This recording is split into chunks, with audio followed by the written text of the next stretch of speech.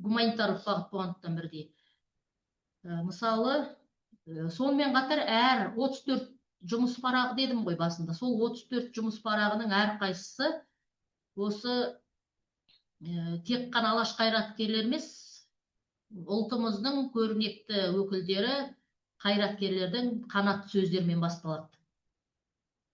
Міне өздеріңіз көріп отырғандай, міне ақыл сөз қылмақ қиын, ақылды іс қылмақ одан да қиын, Әлиханның сөзі.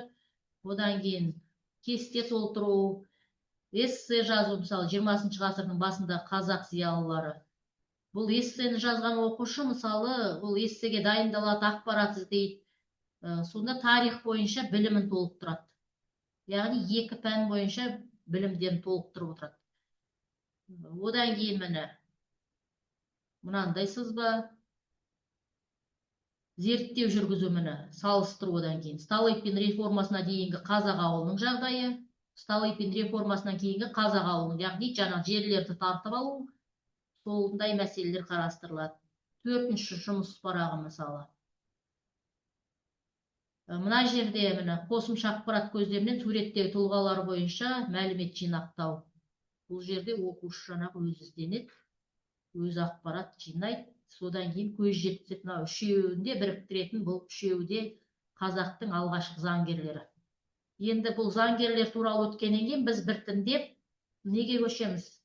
Жаңағы мемлекеттік заң шығарушы орган, Дума, яғни сол кездегі. Яғни мемлекеттік Думадағы алаш өкілдері, бұл жерде мәтін беріледі. Одан кейін мына мәтінде айтылады, 6 мандат берілді қазақтарға деп. Енді бала ары қарай сыни тұрғыдан ойлану керек. Депутаттық мандат қазақтарға аз берілді. Себептер, фактілер келтіру, қорытынды жасау. Келесі жұмыс парағында мынау мысалы қазақ әдебиетінде көп қолданылатын әдіс, көркем шығарманы дауысқан салуға болады. Келесі Попс формуласы, міне өз ойын білдіру. Мына жерде оқиды, оқылым дағдысы, одан кейін жазылым дағдысы, мына жерде айтылым дағдысы. Одан кейін міне тағы да география пәнімен байланыс, пәнаралық байланыс. Қазақ автономиясын құру, ол жердегі мысалы біздің мектептің атымен, осы Әлімхан Ермековтің атымен аталады ғой мектебіміз. Сол бойынша оқушыға қосымша ақпарат көздерінен Әлімхан Ермековтің кім екені туралы жазу, яғни оның жер мәселесімен байланыстыру, яғни жаңағы алаш қайраткерлерінің бекітіп алған территориясы. Одан кейін өтіп кеткен тарихпен байланыс, Мөде Қағанның жер мемлекеттің негіз деген пікірмен келісесіз бе? Ойыңызды ашып жазу. Одан кейінгі міне бағана заңгерлер туралы өттік қой. Одан кейін міне Алаш партиясының бағдарламасы. Бұл жаңағы 10 бөлімнен тұрады.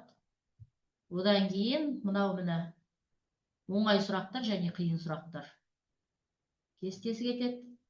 Одан кейін бос жазба күнделігі. Содан кейін әдебиетпен байланыс. Мына жерде Міржақып Дулатовтың өлеңі беріледі. Ол бойынша кесте толтырады. Оқылым жазылым дағдысы. Енді жалпы осы дәптерді қарап шығып пікір жазған Қарағанды университетінің профессорлары, тіл кафедрасынан пікір жазған профессордың ұсынымы әдеби шығармаларды кішкене көптеп қосса деген ұсыныс болды. Оны келешекте ескереміз, толықтыруға болады әлі. Сонымен қатар мысалы мына жердегі бүгінгі күнмен байланыс. Адамға ең керек нәрсе жұрт қамы, жұрт ісі деген Ахмет Байтұрсыновтың сөзін алдық та, оқушылардың пікірін биліктегі қайраткер тұлға, биліктегі қызметкер тұлға. Қалай түсінесің, оны дәлелдеу керек, мысал келтіру керек өмірден. Яғни жаңағы ұлтқа қызметтің озық үлгісін көрсету керек бұл жерде. Одан кейін мынау баспасөз, ұлттық баспасөз және елдік сана деген тақырып. Бұл енді жаңағы оқулықта да жеке тақырыптар бар. Бұқаралық ақпарат құралдары деген. Сол бөлімде өткенде мына жерден тапсырма алуға болады. Алаш қайраткерлерін ғана емес. Одан кейін міне эссе кетеді, бұқаралық ақпарат құралдарының қоғамдағы рөлі. Одан кейін мынау бақылау парағы ретінде мысалы бағанадан енді қаншама ақпарат берілді оқушыға. Енді оқушы жаңағы өзін өзі тексеріп, осы тұлғалар туралы қаншалықты ақпарат білді, соны мына жерге жазады. Одан кейін тағы мына әдебиетке қатысты тақырып 20 ғасырдың 20-30 жылдардағы қазақ әдебиеті, ақын жазушылар шығармалары негізгі тақырыбы, яғни кез келген шығарма сол өзінің тарихи кезеңіне байланысты жазылады. Сол кездегі проблема, сол кездегі өзекті мәселелер қоғамдағы. Сол бойынша. Одан кейін соңына қарай енді естеліктегі Алаш деп алдық бір бөлімді. Ол жерде міне Ғабиден Мұстафиннің мысалы жаңағы алаш қайраткерлер туралы не жазды соны, одан кейін тарихи құндылық, о жерде, одан кейін мына жерде естеліктің авторы туралы білесіз бе, Гүлнар Дулатова, Міржақып Дулатовпен қатысты. Одан кейін мына жерде тілмен байланысты, естелік қандай стильде жазылған дейді. Бұл жерде әдебиетпен тілмен байланысты. Естеліктің тарихи маңызы қандай? Оқушының өз пікірін білу. Одан кейін өз ұлтын сыйламақ, оны мақтаныш етпеу, сатқындық, бұл Бауыржан Момышұлының сөзі. Енді өзге ұлт өкілдері ғана емес қой, бізде орыс сыныптарында мысалы 70-80% қазақ балалары отыр өзіміздің. Олардың ішінде жаңағы өз тілін мойындамайтын, өз ұлтын менсінбейтін балалар бар, өкінішке орай. Солардың жаңағы ұлттық санасын, тарихи санасын ояту мақсатында осындай мына сөздің жаңағы мазмұнын ашу, одан кейін жаңағы мәтінмен жұмыс, алаш идеясы және тәуелсіз Қазақстан мұраты, екеуінің ортақ белгілері, сәйкестігі, мақсаты деген сияқты. Одан кейін бала тәрбиесіне қатысты сөз кетеді. Мәңгілік ел және алаш идеясының сабақтастығы. Мәңгілік ел идеясы өздеріңіз білетін шығарсыздар. Бұл ана көк түріктерден, көне түркі ескерткіштерінен басталады. Одан кейін соңғы 34-ші жұмыс парағы, бұл бақылау парағы. Осындай тақырыптардан, осындай бөлімдерден тұрады.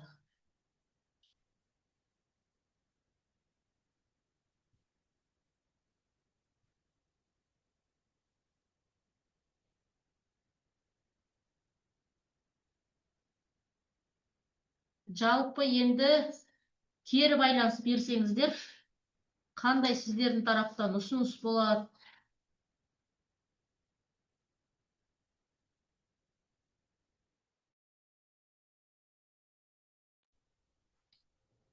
Еңбегіңіз өте құнды екен. Мен 8-ші сыныпта сабақ бергенмін. Алаш тақырыбына біраз бір бөлім бар ғой, соған қолданғанға өте Микрофоныңызды қоссаңыз. Микрофон қосылмай қойды. Қосылмай қалды ғой деймін. Естіліп тұр ма? Иә, естіліп тұр. Мен де 8-ші сыныпқа сабақ берген, биыл алаш бөліміне бөлімі бар. Алаш тақырыбына өте құнды екен. Жұмыс дәптерімізге өте ұнады. Рахмет. Қолдансақ жақсы болар еді сіздің еңбегіңізді. Енді жаңағы рецензенттердің өзі жазған негізі. Курс ретінде қолдануға болады, қосымша оқу құралы ретінде де сұнуға болады деп. Енді солай рұқсат беріп жатса, әрине.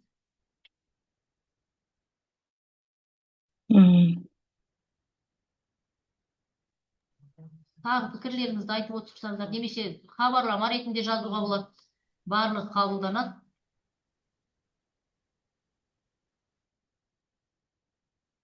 Жанат мұғалім, қалыңыз қалай? Почтаңызды білмей тұрмын. Жаннат Есімханова. Ау? Жаннат Есімханова. Жанат Есімханова. Жұмысыңыз өте құнды, керемет. Жұмыс дәптерлеріңіз жақсы екен, расында балаларға қолдануға. Сәттілік тілейміз сізге, жұмысыңыздың жемісін көріңіз. Жоғары білімді мұғалім екеніңізді білеміз, сырттай қуанып отырамыз. Биік белестерден көріне беріңіз. Жақсы, өте ұнады маған тақырыбыңыз. Рахмет. Рахмет әріптестер, уақыттарыңызды бөліп, осылай тәжірибе бөлісуге ниет білдіргендеріңізге. Жақсы, осымен жұмысымызды аяқтайық. Сау болыңыздар. Сәттілік Сау тілеймін. болыңыздар. Сау болыңыздар. Иә, сау болыңыздар.